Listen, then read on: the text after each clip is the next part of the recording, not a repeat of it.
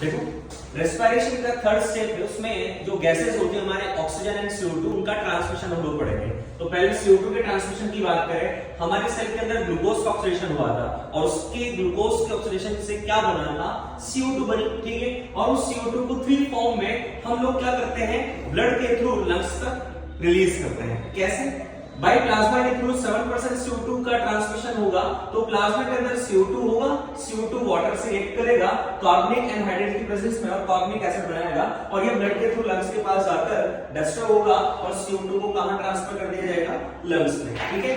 इसी तरह से कार्बनिक यानी कार्ब एमिनो हीमोग्लोबिन कंपाउंड के थ्रू 23% CO2 का ट्रांसमिशन होता है। CO2 कार्बनिक एमिनो हीमोग्लोबिन कंपाउंड से रिएक्ट करती है और कार्बन एसिड बनाती है, और ये भी ब्लड के थ्रू लंग्स के पास जाकर डिस्ट्रॉय होगा और CO2 जो होगी वो लंग्स में एंटर कर जाएगी। इसके बाद बाइकार्बोनेट आयन जो होते हैं वो सबसे ज्यादा CO2 का ट्रांसमिशन करते हैं, 70% करते हैं। CO2 आरबीसी के अंदर एंटर करेगी, वाटर मॉलिक्यूल से रिएक्ट करेगी, कार्बनिक एनहाइड्रेट की प्रेजेंस में कार्बनिक एसिड बनाएगी, यहां पर ये वापस डिस्ट्रॉय होगा, स्प्लिट होगा और 2 आयन फॉर्मेशन करेगा, H पॉजिटिव एंड बाइकार्बोनेट। ये बाइकार्बोनेट आरबीसी से बाहर चला जाएगा और Na पॉजिटिव से रिएक्ट करके सोडियम बाइकार्बोनेट बनाएगा, जो आगे जाकर NaOH एंड CO2 में चेंज हो जाएगा, CO2 जो होगी वो आपके लंग्स में ट्रांसफर हो जाएगी। जब आरबीसी से नेगेटिव चार्ज यानी बाइकार्बोनेट आयन बाहर निकलता है तो इसी टाइम पर क्या होता है, क्लोराइड आयन जो होते हैं वो आरबीसी के अंदर एंटर करते हैं